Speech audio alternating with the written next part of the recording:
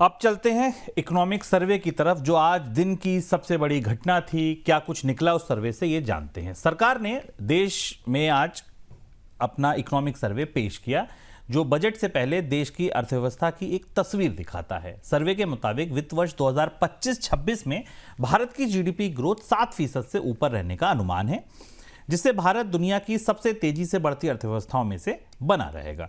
कुछ एक अहम बातें और सर्वे में उभर कर आती हैं, जैसे सरकार का कैपिटल एक्सपेंडिचर पिछले कुछ वर्षों में तेजी से बढ़ा और यही ग्रोथ का अब तक का इंजन रहा। प्राइवेट इन्वेस्टमेंट में सुधार तो दिखा, लेकिन अभी भी पूरी रफ्तार नहीं पकड़ी, ये सर्वे कहता है।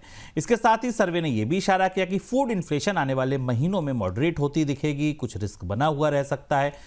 फूड इन्फ्लेशन ऐसा है कि अभी डिफ्लेशन चल रहे हैं, एक मॉनसून खराब हुआ या कोई एक घटना ऐसी हुई, उससे रिस्क बन सकता है, इसलिए इस रिस्क पर बात कही गई है।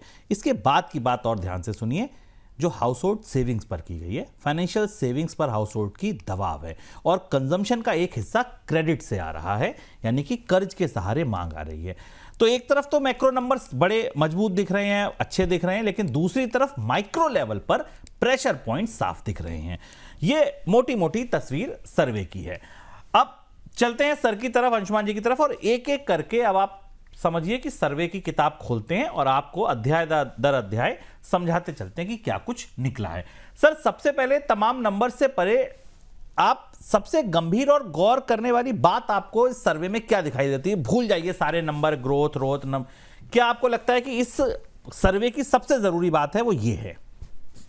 देखिए, इस सर्वे का कॉन्टेक्स्ट समझना हमारे लिए ज़रूरी है, क्योंकि जीडीपी के नंबर तो हर तिमाही में आते हैं, हमें पता है, और जो सरकार का एक विभाग ही वो जीडीपी के नंबर देता है, आरबीआई भी देता है, तो उनमें कोई बड़ा सरप्राइजिंग फैक्टर नहीं होता। वो नंबर उसी आंकड़े के आसपास होते हैं। इकोनॉमिक सर्वे उसमें कोई नई बात नहीं बताता, हमें तिमाही आधार पर वो नंबर मिलते हैं। इसी तरह से जो बाकी सरकार के अकाउंट्स के नंबर होते हैं वो भी हमें मिलते रहते हैं।